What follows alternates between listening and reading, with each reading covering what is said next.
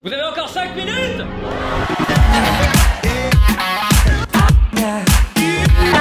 Cette semaine, je suis à Plougastel. Un drapeau breton. Oui, on sent qu'ils sont contents. Ils sont contents à Plougastel qu'on tourne parce que, en vrai, normalement, j'aurais pas dû tourner là ce soir. C'est dans le contrat. À la base, je devais pas tourner ici, je devais tourner hier à Pontivy, mais la préfecture du Morbihan a interdit les rassemblements et donc mon spectacle a été repoussé au 29 avril, ce qui fait que du coup, on tourne ce soir à Plougastel, quoi. Voilà. Et c'est là quand... Ouais. C'est là que tu vois le type de public qu'on a quand même. Hein. Si on tourne ce soir, c'est quand même à cause d'une contamination avec un virus. 100 000 personnes touchées, il y a des morts et derrière, yeah! On a la vidéo! Ils peuvent tous crever dans le Morbihan! Non, ils vont pas mourir dans le Morbihan. J'ai regardé ce matin, il y a 25 cas dans le Morbihan, un décès. Enfin, un décès. 92 ans.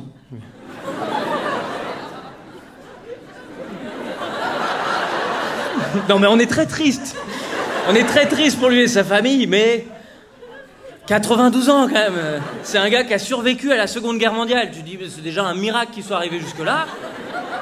92 ans, tu peux pas dire qu'il est mort à cause du coronavirus, quand même. Bah non, je veux dire, moi j'ai ma voisine, elle a 92 ans, tu sens bien si tu la chatouilles qu'elle rigole.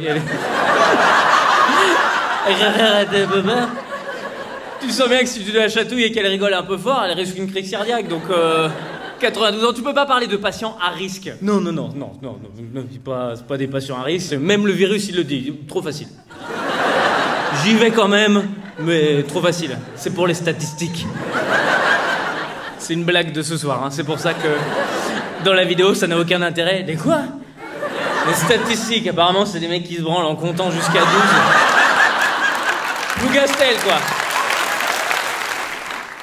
Voilà, nous on risque pas trop. Les gens qui sont dans ma catégorie d'âge, j'ai regardé les chiffres. En gros, si t'as moins de 50 ans, t'as moins de 0,5% de chance de mourir, même en ayant attrapé la maladie. Hein. Enfin, c'est vraiment...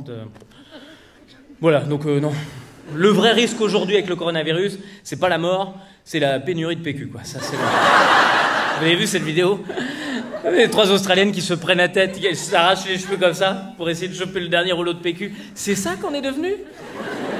Enfin, c'est devenu un produit de première nécessité, ça y est. Pendant la guerre froide, les gens, ils achetaient de l'eau, ils achetaient des boîtes de conserve pour pas mourir de faim. Nous, on en est où? On en est à du gel hydroalcoolique et du PQ. C'est les biens de première nécessité. Tu vois ce qu'on est devenu quand même, hein? C'est, attention, on va tous mourir. Oui, mais je peux te dire que mon hygiène anale est nickel.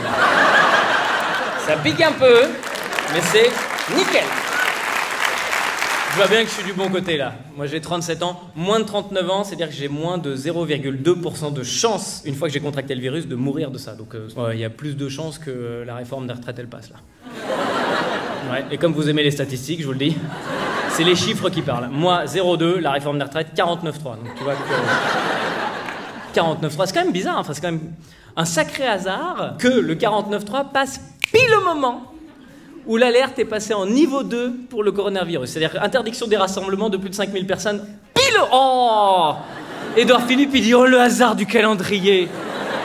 Oh là là, on dirait moi, quand j'avais 14 ans, fallait que je fasse signer une copie, mais je savais que j'allais me faire défoncer. Je l'avais signé en arrivant devant l'école, je sors de la bagnole. Au fait, tu peux signer, bon courage! Tu sens qu'il va y avoir une crise, là, dans peu de temps. On sait pas quelle crise ça va être, politique, financière, une crise sanitaire, mais en tout cas, là, ça va mal, hein.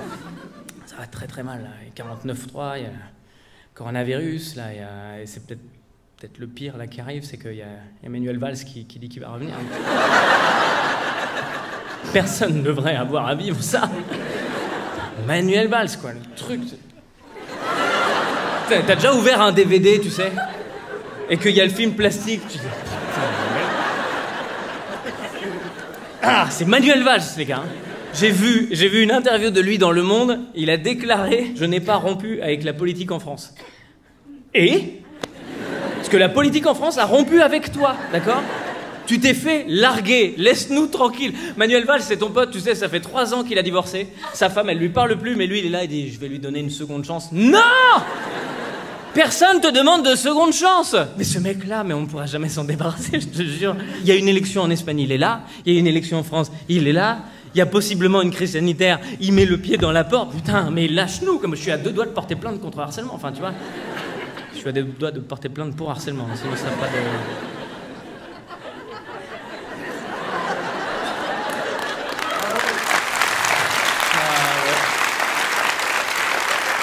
Je sais même pas comment je peux sauver cette vanne. Je suis à 2 doigts de porter plainte contre harcèlement. Il était là aussi? Oui, ils étaient 2. Manuel Valls et harcèlement. Et vous portez pas plainte contre Manuel Valls? Non, pour Manuel Valls, mais contre harcèlement. Tant pis, on a perdu une vanne, reste une peace. Eh ouais, elle sera morte. Et elle, au moins, elle reviendra pas, contrairement à Manuel Valls, qui ne s'arrête jamais. Je te jure, j'en peux plus. Je me dis là, faut lui trouver une place tout de suite dans le gouvernement, vite. Sinon, vraiment, on va le retrouver boulevard Barbès dans 2 semaines. Manuel Valls, mais qu'est-ce que vous faites? Vous vendez des clopes? Non, j'ai trouvé mieux. Je fais chier les gens et ensuite je leur vends le PQ. Et Internet, merci d'avoir regardé cette vidéo jusqu'au bout. Rendez-vous tous les vendredis soirs. Normalement, mais là c'était samedi, c'est n'importe quoi. En live sur Facebook et les samedis matins à 11h sur YouTube. Et un grand merci au public de Blue Gastel, c'était la session.